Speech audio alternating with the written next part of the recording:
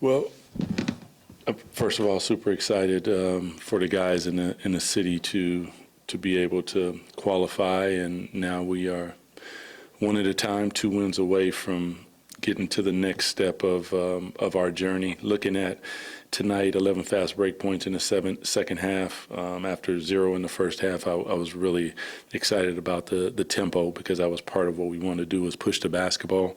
31 assists is always a number, 30 and higher. So the sharing was there, and second half pick and roll coverages I thought were better, were more aggressive, were more impactful, and that's, as we go along this journey, each of those things has to be tightened up. So credit to the guys, but super excited for them. I told them very proud of the fight, the determination that they showed in the face of a lot of different adversity that's went on this year, and that's a big credit to them. So congratulations to them, the organization, and our city. Yeah.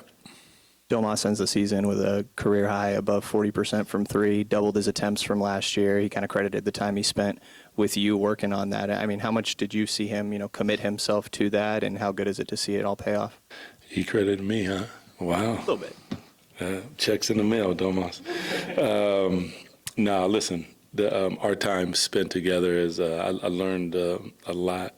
I hope that he learned a lot. It's a two-way street. Like, he has to trust me enough because when you go through something to try to improve, normally you go backwards a little bit. And when you go backwards, do you trust enough that it's going to get to where it's going to get? And, it's a lot of time, me, him, and Leandro Barbosa, early mornings, late nights, and just going over it. Sometimes he was really frustrated with me, and I learned new Lithuanian words.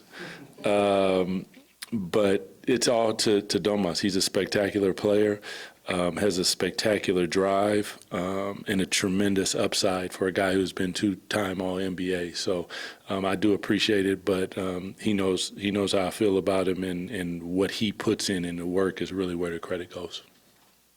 Hey, Doug, Domas talked a little bit about how, this isn't necessarily the seed you guys wanted going into the postseason, things like that. But obviously, 10 teams going home, not playing any postseason basketball. Is there any perspective now that the season's concluded that you have of, I don't know, maybe of gratitude or just a place of, you guys made it to extra games and now you can kind of lock in for those?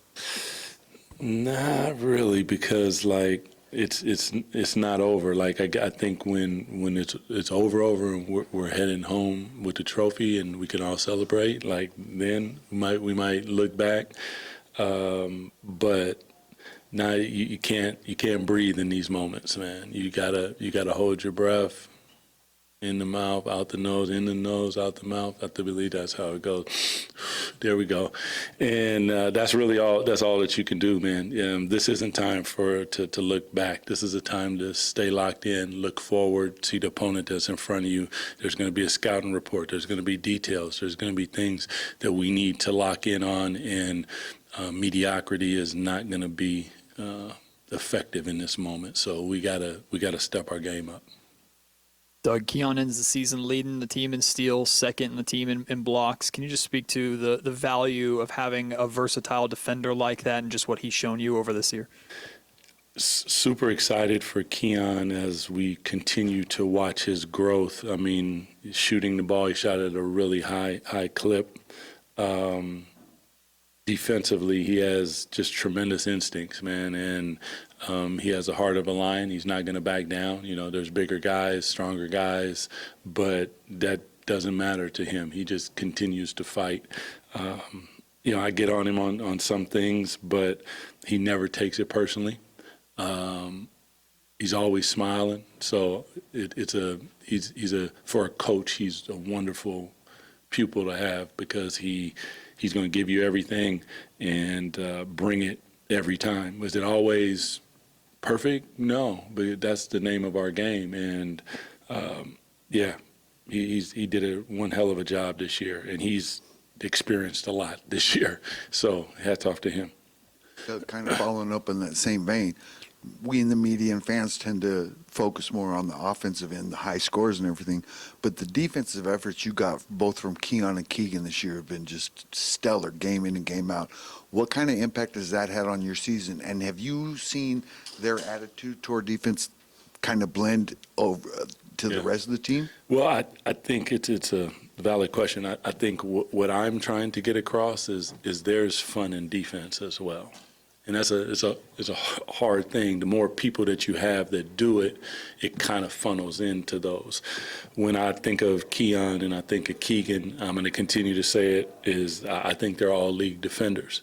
But then you also add Jake, and then you add DC to that, and now, you know, you start to have 1, 2, 3 defenders on the floor, and people feel the gravity. They feel the physicality, and that's, you know, Keegan and Keon set the tone for that, and those other guys have come in and they've really added a spark on the defensive end. So hopefully they see that we don't have a game like football where there's two sides of the ball the way it is.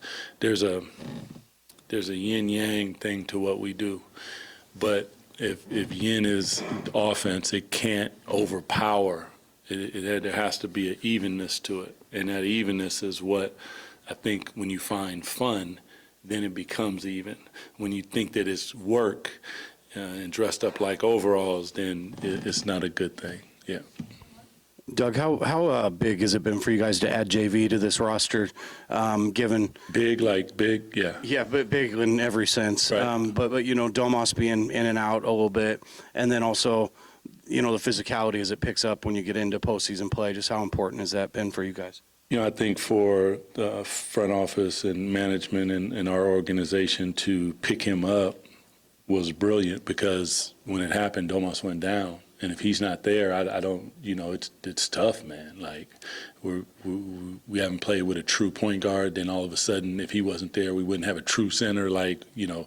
But he has been great. His physicality, his attitude in the locker room, his attitude on the bench, he's been everything that I thought he would be. I hadn't coached him as as one of my players. I trained him in the offseason once, and he was fantastic, but, he was on a different team. And then once we get him to see the type of human being he is, the type of teammate he is really solid. So he has been a big-time MVP for us.